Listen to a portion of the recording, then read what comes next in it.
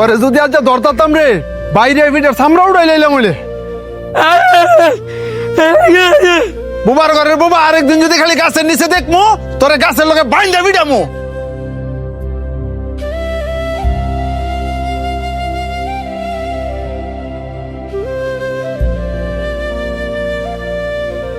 ভাই বাবা সরেন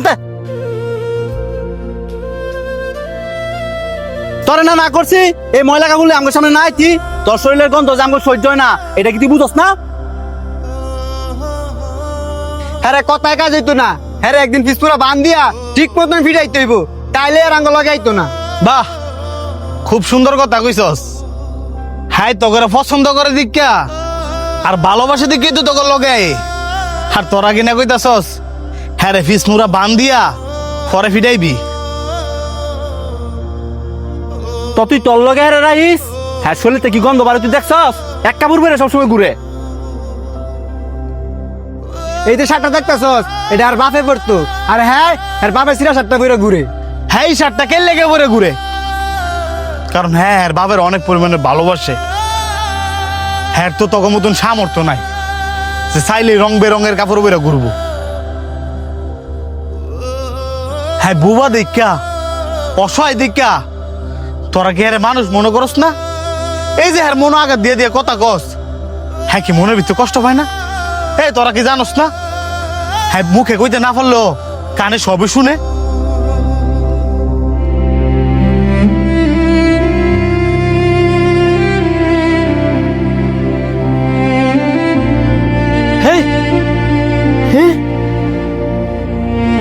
সর বুবা আমার কাজ আমার করতাম দে। কেডা রে আমার আম গাছের নিচে? কাকা ওই যে হ্যাঁ এই বুবাই হ্যাঁ না করার পর ওই গাছ উইডাল দিছে। বুবা তোরে আজকে আমি খাইছি।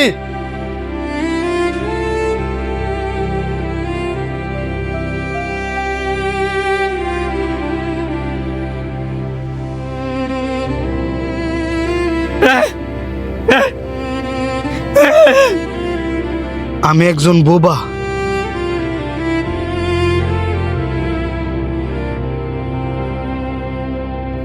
আমি চাইলেও কারোর সাথে কথা বলতে পারি না।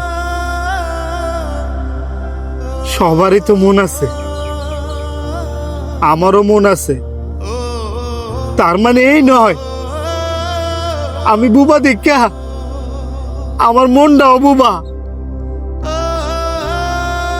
এই যে আমার মানুষ মারে বহে আমার মনে কত কষ্ট লাগে। আমি চাইলেও মুখ পিঠে একটা কথা বলতে পারি না। এই যে কিছুক্ষণ আগে এক ফুল আম গাছের উপরে ঢিল দিছে হে দোষায় পড়ছে আমার উপরে। আমি বিনা দোষেও দোষী হয়েছি কারণ আমি কথা কইতে পারি না। সবাই তো চাইলে তার মনের কষ্টগুলো শেয়ার করতে পারে কিন্তু আমার মনের কষ্ট আমার মনে যদি হাজারো কষ্ট থাকে আমি চাইলেও সেগুলো কারো কাছে বলতে পারি না কারণ আমি কথা কইতে পারি না। নিজের দুঃখ কষ্ট সব নিজের ভিতরে রেখে দিতে হয়।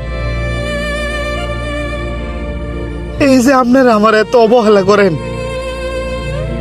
আমি কি বুবাইয়া জন্মায় ভুল করছি?